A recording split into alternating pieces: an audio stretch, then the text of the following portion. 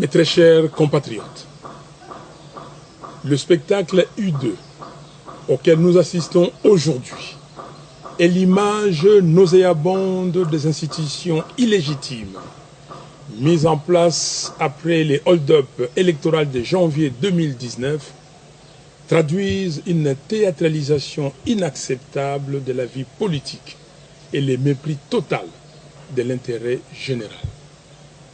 En effet, au moment où toutes les filles et tous les fils du Congo se mobilisent pour sauver le pays de l'occupation de ses terres, du pillage de ses ressources naturelles, ainsi que de sa balkanisation, la coalition FCC cache, nous distrait, avec un semblant de bras de fer qui paralyse le pays et qui détruit davantage les piliers de la démocratie.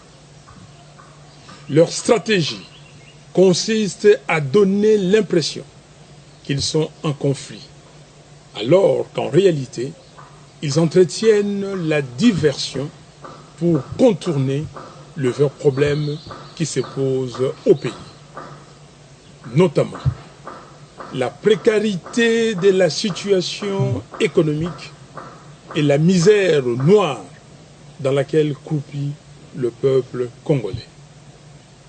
L'insécurité généralisée dans le pays, la corruption érigée en système de gouvernance, la présence inacceptable des armées étrangères sur le sol congolais, l'exhumation du rapport mapping et la création d'un tribunal pénal international pour la République démocratique du Congo, l'occupation et la balkanisation de notre pays.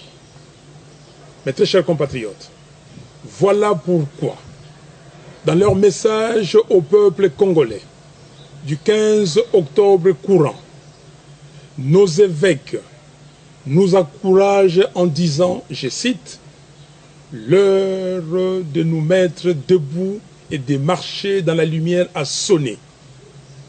Réveillons-nous de notre sommeil pour un engagement citoyen. » Fin des citations. Mes très chers compatriotes, Monsieur Joseph Kabila et Monsieur Félix Tshisekedi se disputent le pouvoir qu'ils ont confisqué au peuple.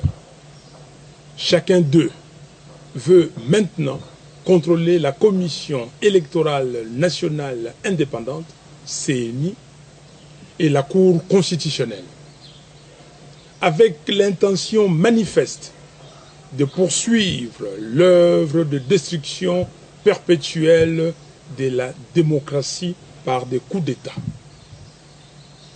La Commission électorale nationale indépendante, CENI, et la Cour constitutionnelle doivent être réellement indépendantes et libérées de l'emprise de quelque faction politique que ce soit.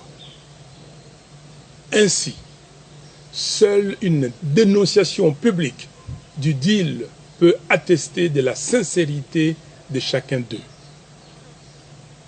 Mes très chers compatriotes, Congolaises et Congolais, n'accompagnez donc personne dans une forfaiture de plus et refusez qu'on établisse le coup d'État comme mécanisme d'accession au pouvoir.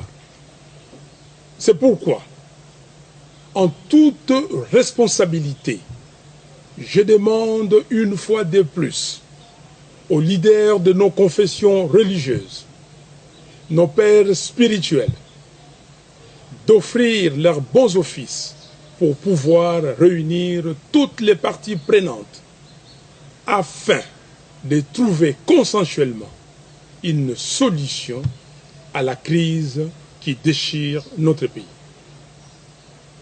Au président des pays membres de la SADC, je les prie de s'engager à accompagner les leaders religieux congolais dans la recherche d'une solution à la crise congolaise. aux membres de la communauté internationale. Je les exhorte à se ressaisir afin d'aider les Congolais à retrouver une stabilité pérenne pour le pays et pour la région, au travers de la mise en place des institutions légitimes, gage du développement. Que vive la République démocratique du Congo, que vive son vaillant peuple. Je vous remercie.